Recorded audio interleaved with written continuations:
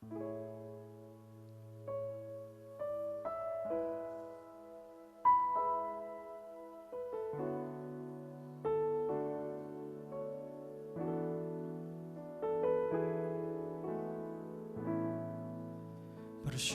selalu bagi kasih-Mu di dalam hidupku,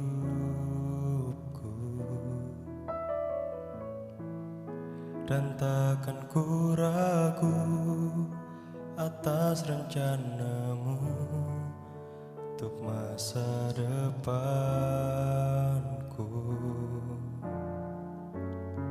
Sebagai Bapa yang baik, takkan pernah Kau melupakanku. Sebagai Bapa yang sangat baik, takkan pernah Kau meninggalkanku. Ku kan menari dan bersuka karena-Mu, oh Yesusku, dan ku kan minum air-Mu bagai rusa rindu. Selalu ku hidup dalam-Mu dan hidup-Mu di dalamku, oh Yesusku, Kau sangat ku cinta.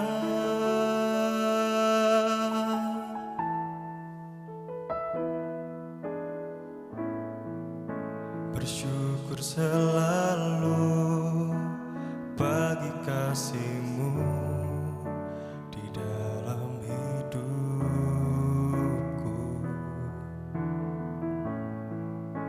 dan takkan ku ragu atas rencana-Mu untuk masa depanku. Sebagai Bapa yang baik,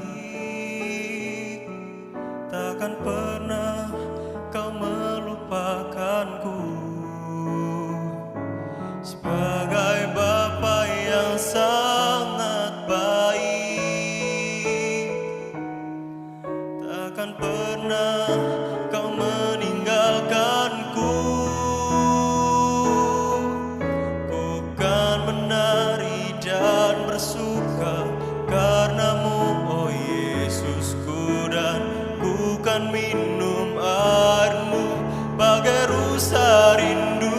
Selalu ku hidup dalam-Mu dan hidup-Mu di dalamku, oh Yesusku.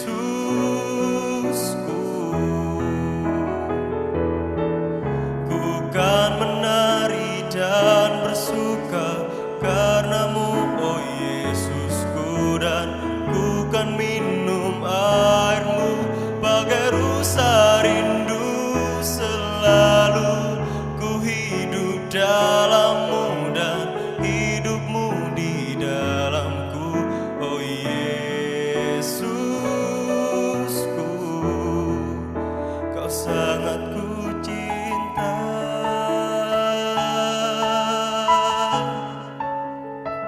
Kau sangat ku cinta. Terima kasih Tuhan, terima kasih Tuhan buat cinta-Mu, buat kasih-Mu. Terima kasih, kami bersyukur. Terima kasih Tuhan, haleluya, haleluya. Terima kasih Tuhan buat kasih setia-Mu, buat cinta-Mu. Ku kan menari dan bersuka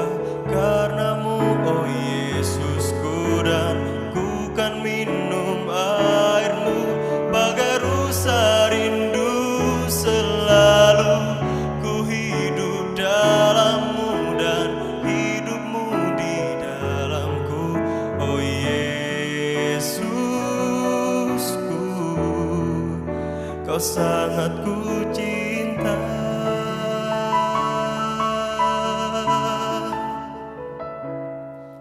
Oh Yesusku, Kau sangat ku cinta.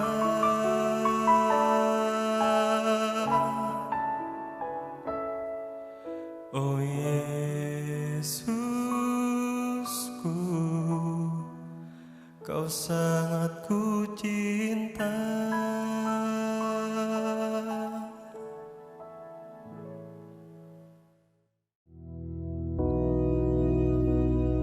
Bapa kami yang di surga, dikuduskanlah namamu, datanglah kerajaan-Mu, jadilah kehendak-Mu di bumi seperti di surga.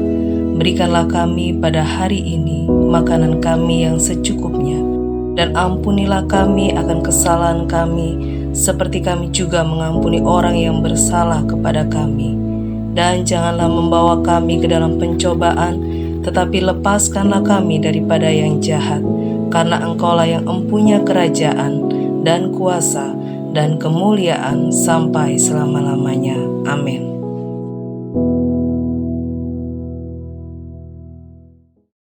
Shalom, selamat pagi. Puji nama Tuhan, apa kabar saudara semua di hari ini?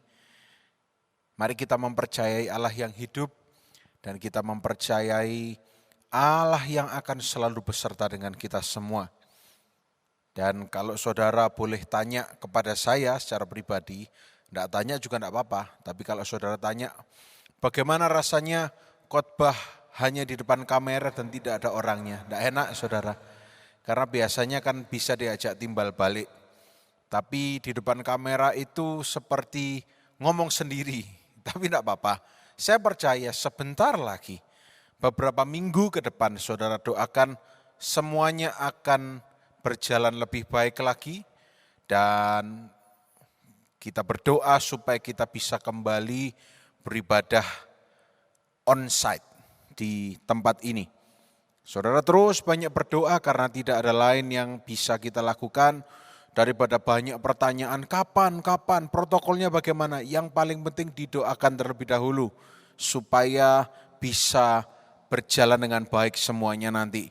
Dan setiap orang yang mungkin merasa kurang enak badan, ketika masuk gereja dalam nama Yesus Tuhan jamah dan pasti akan sembuh.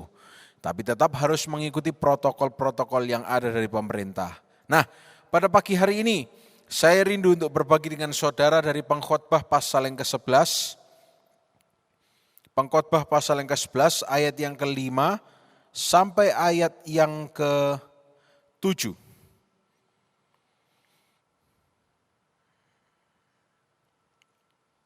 Ayat 5 dan ayat yang ke-6 terlebih dahulu. Ayat 5 dan ayat ke-6, dua ayat ini terlebih dahulu. Nah, saya akan bacakan, saudara juga boleh ikut membacanya. Demikianlah firman Tuhan, sebagaimana engkau tidak mengetahui jalan angin dan tulang-tulang dalam rahim seorang perempuan yang mengandung, demikian juga engkau tidak mengetahui pekerjaan Allah yang melakukan segala sesuatu.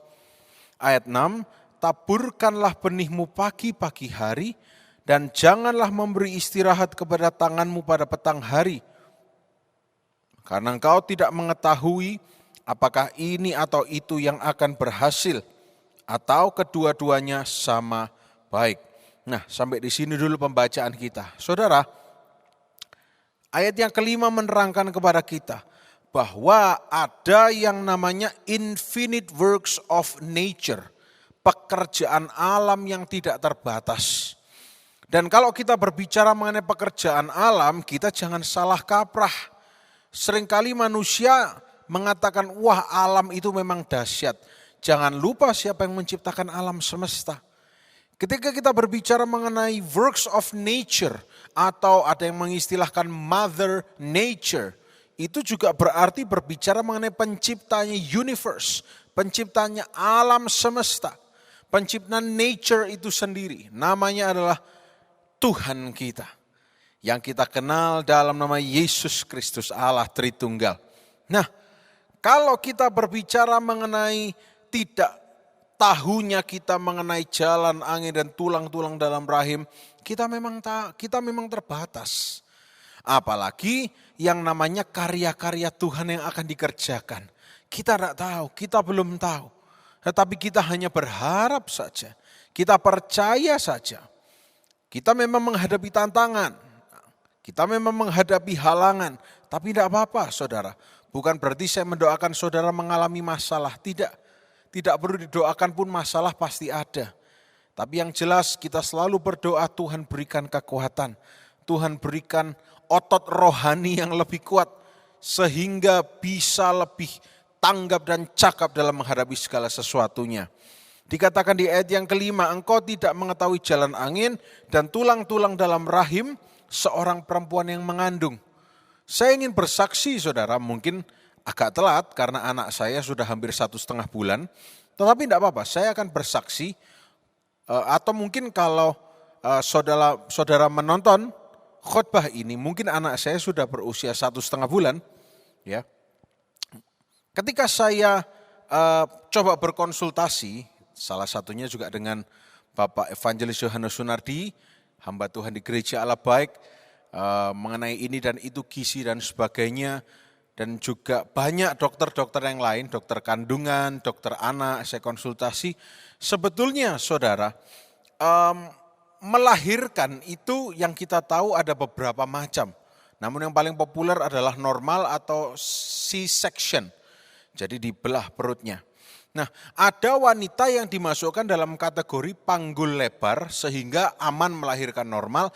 Ada wanita yang dimasukkan kategori panggulnya sempit sehingga agak riskan kalau melahirkan normal. Nah, menurut beberapa penelitian saudara, istri saya ini oleh mereka tenaga medis dikategorikan agak riskan kalau melahirkan normal. Karena kata mereka panggulnya itu sempit. Dan kemudian juga katanya ada minusnya, jadi agak beresiko seperti itu. Tapi selama kehamilan kami terus berdoa, Tuhan, ya istri saya pengennya sesar, oke kita berdoa Tuhan semuanya berjalan dengan baik, tidak ada halangan, tidak ada rintangan. Kita terus berdoa setiap hari, terus berdoa. Akhirnya sampai hari H, tanggal 16 itu ketika masuk ke rumah sakit dalam keadaan di kamar bersalin, sebetulnya itu cukup mendadak juga saudara. Ketika itu masuk, kemudian bidannya bilang, Pak, ibu ini sudah buka 6 Pak. Sebenarnya Pak ya, kalau secara alami ini bisa Pak, kalau mau melahirkan normal. Loh, di otak saya, loh lah istri saya minta sesar, ini kok normal gitu. Kemudian kalau normal kan nanti pakai yang ngeden-ngeden seperti itu, ya. Kemudian saya coba berunding dengan bidannya, kemudian dokter kandungannya yang akan melahirkan sudah datang, dan saya coba berdiskusi, akhirnya dilahirkan normal. Dan akhirnya anak saya dilahirkan normal dengan berat hampir 3,4 kilo. Yang dikatakan bahwa panggul terlalu sempit tidak bisa melahirkan normal, ternyata bisa lahir normal dan cepat sekali, tidak ada 10-15 menit, berapa kali dorongan sudah keluar. Nah saudara, inilah yang namanya infinite works of nature. Kita tidak tahu, kita memang bisa mengira-ira, kita memang bisa menghitung. Tetapi yang saya ingin garis bawahi di sini, ada Tuhan yang berkuasa di atas segalanya. Saudara mau menghitung sebaik, sepandai apapun. Ada works of nature, yaitu karya Tuhan yang menciptakan segalanya. Itu yang jauh melampaui akal pikiran kita yang sangat terbatas ini. Nah oleh karena itu di ayat 5 dicatat tulang-tulang dalam rahim seorang perempuan yang mengandung. Kita tidak tahu, memang betul ada artikel yang mengatakan bahwa ketika wanita itu melahirkan, itu katanya ketika itu seperti berapa puluh tulang itu diremukkan bersama-sama. Saya tidak membayangkan betapa sakitnya saudara. Dan ketika saya membayangkan itu juga, ketika istri saya melahirkan, saya dalam hati hanya berdoa, Tuhan, sambil saya gandeng tangannya, saya berdoa dalam hati, Tuhan, Engkau ada di sini, Engkau menemani kami, semuanya pasti berjalan dengan baik. Dan bahkan sampai bidan dan dokternya pun heran, loh ibu ini anak pertama kok cepat sekali. Saya percaya semua itu karena pertolongan Tuhan. Tidak ada masalah, tidak ada gangguan. Bahkan anak saya sebelum disedot ininya semua sudah nangis duluan. Katanya para bidannya, wah anak bapak ini kok pinter. Saya enggak tahu, belum bisa belajar matematika kok sudah dikatakan pinter gitu ya. Dikatakan, wah kok sudah nangis duluan, sehat ini Pak. Puji Tuhan. Saya katakan, kita enggak tahu saudara. Kita hanya bisa berdoa. Kita hanya bisa mengucap syukur. Mungkin ada saudara yang berpikir, iya anak sopo pendeta. Nah itu mulai pikiran-pikiran negatif intimidasi iblis yang masuk. Tidak peduli pendeta, pendekar, semua kalau takut akan Tuhan dan bergantung dan berdoa pada Tuhan, semua pasti berjalan dengan baik. Nah istri saya melahirkan normal, baik. Memang katanya waktu pembukaan itu memang sakit sekali. Dan kemudian ketika akan didorong gitu, ngeden gitu memang katanya sakit. Tapi ketika sudah keluar anaknya, sudah tidak sakit. Itu misterius, itu sungguh infinite works of nature, kita tidak tahu. Labor, melahirkan itu kita tidak tahu. Yang wanita mungkin tahu, yang ibu-ibu. Yang pria kita tidak tahu, kita hanya bisa mungkin diperkas oleh istri kita, mungkin dicakar, ya kan? Atau mungkin ada yang saya pernah baca artikel, harus napui suaminya dulu baru rasanya lega. Jangan sampai ada yang terjadi di sini, kasihan suaminya juga saudara, pipinya merah semua nanti. Yang jelas saudara, kita tidak tahu cara kerja alam yang diciptakan oleh Tuhan, kita tidak tahu semuanya. Oleh karena itu, baiklah kita hanya bergantung dan percaya pada Tuhan. Karya-karya Tuhan, kita percaya kepadanya. Dikatakan di ayat 5 kan, demikian juga engkau tidak mengetahui pekerjaan Allah yang melakukan segala sesuatu. Saya ingin garis bawahi pada pagi hari ini, kita tidak diciptakan untuk mengetahui semua pekerjaan Allah dalam segala sesuatu. Tapi kita diciptakan untuk mempercayai dan berharap kepada Allah yang mengerjakan perkara-perkara ajaib bagi kita. Saya ulangi, kita tidak diciptakan untuk menjadi maha tahu, mengetahui semua pekerjaan Allah. Tapi kita diciptakan untuk percaya pada pekerjaan dan karya Allah yang ajaib. Pada pagi hari ini sebelum saudara beraktivitas, sebelum saudara work from home, sebelum saudara melakukan apapun, mungkin ada tantangan yang harus diselesaikan hari ini juga. Mungkin ada beban doa yang menurut logika saudara tidak mungkin terjadi. Jangan khawatir, ada Tuhan yang tidak terbatas. Mungkin menurut saudara tidak bisa karena saudara itu terbatas. Tapi Tuhan kita tidak terbatas. Dan jangan hanya terima ini sebagai pemanis telinga. Atau hanya sebagai, oh ya pokoknya ya pernah dengar. Tapi terima ini sebagai sebuah rema. Firman Allah yang hidup. Dan perkatakan dalam hati kita, dalam hidup kita. Dalam nama Yesus, ketika ada jalan buntu bukan berarti tidak ada jalan. Pagi hari ini aku memperkatakan bahwa Allah yang bisa menciptakan alam semesta, Allah yang sama itu ada di dalam hidupku. Dia akan buka jalan bahkan saat tiada jalan. Dia yang akan membuat sungai di padang belantara. Dia yang akan membuka pintu di mana tidak ada satu kuasa pun yang bisa menutupnya. Itulah yang perlu kita katakan. Sampai kapan Pak? Kalau perlu seumur hidup perkatakan terus. Tidak ada ruginya juga. Apa ruginya percaya pada Allah? Pak, kalau saya ke gereja dan kemudian saya berdoa, saya percaya kepada Allah, jawabannya belum terjadi, hati saya itu cemut-cemut Pak, deg-degan. Tidak apa-apa saudara, sport jantung, olahraga, yang jelas Allah tidak akan mengecewakan. Tapi pernah Pak, saya dikecewakan oleh Allah. Karena apa? Karena saudara lebih menerima intimidasi iblis. Saudara mendengar apa yang iblis bisikkan, kecewalah, kecewa. Percuma Allahmu itu tidak bisa dipercaya, percuma. Nah ya pilihan ada di tangan saudara. Tapi yang jelas pagi hari ini saya rindu untuk berbagi dari apa yang kita renungkan pagi hari ini. Sebagaimana engkau tidak mengetahui jalan angin dan tulang-tulang dalam rahim seorang perempuan yang mengandung ayat 5. Demikian juga engkau tidak mengetahui pekerjaan Allah yang melakukan segala sesuatu. Kita tidak mengetahui, tapi bukan berarti kita tidak akan pernah mengalami. Kita pasti mengalami pekerjaan Allah yang dahsyat, walaupun kita tidak mengetahui semuanya.